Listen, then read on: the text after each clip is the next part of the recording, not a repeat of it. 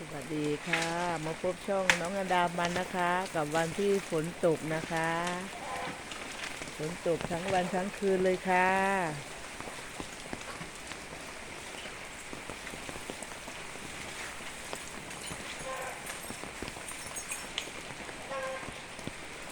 นุ่นเจ้าตัวเล็กเราอยู่ในตึกนะคะอยู่ข้างล่างอันนี้ก็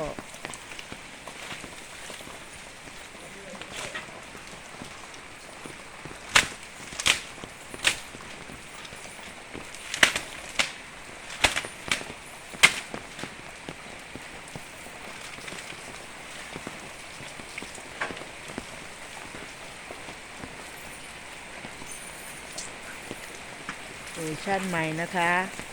ขี่ช้างใส่หมวกกันน็อกค่ะ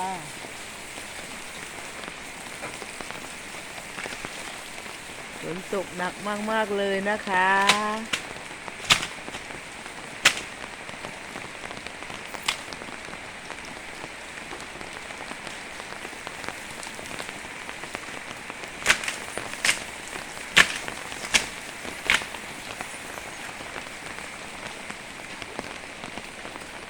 ฝนตกหนักมากเลยค่ะตอนนี้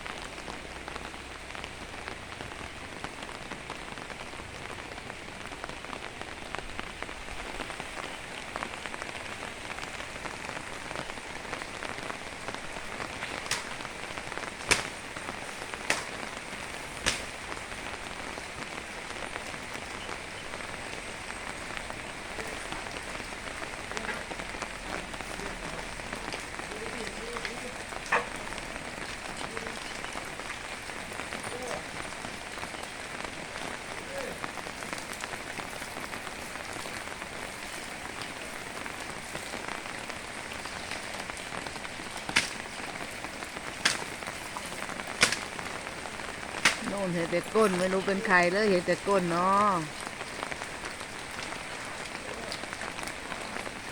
น้องใบเฟิร์นนะคะถูไปถูมาค่ะ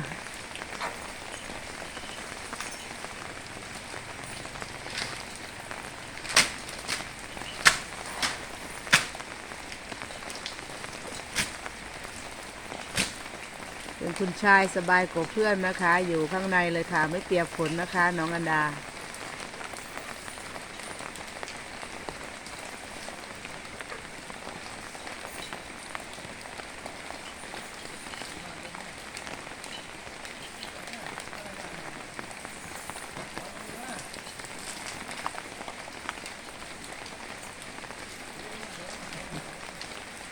ฝนตกหนักนะคะ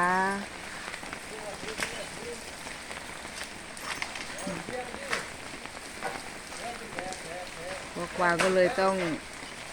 ใส่หมวกกันน็อกด้วยนะคะเพราะว่ากลัวเปียกฝน ก็เรียกเวอร์ชั่นใหม่นะคะกับการขี่ช้างใส่หมวกกันน็อกก็ได้นะคะ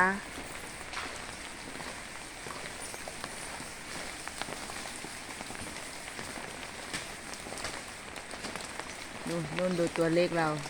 ไอจอมดื้อจอมซนของเรา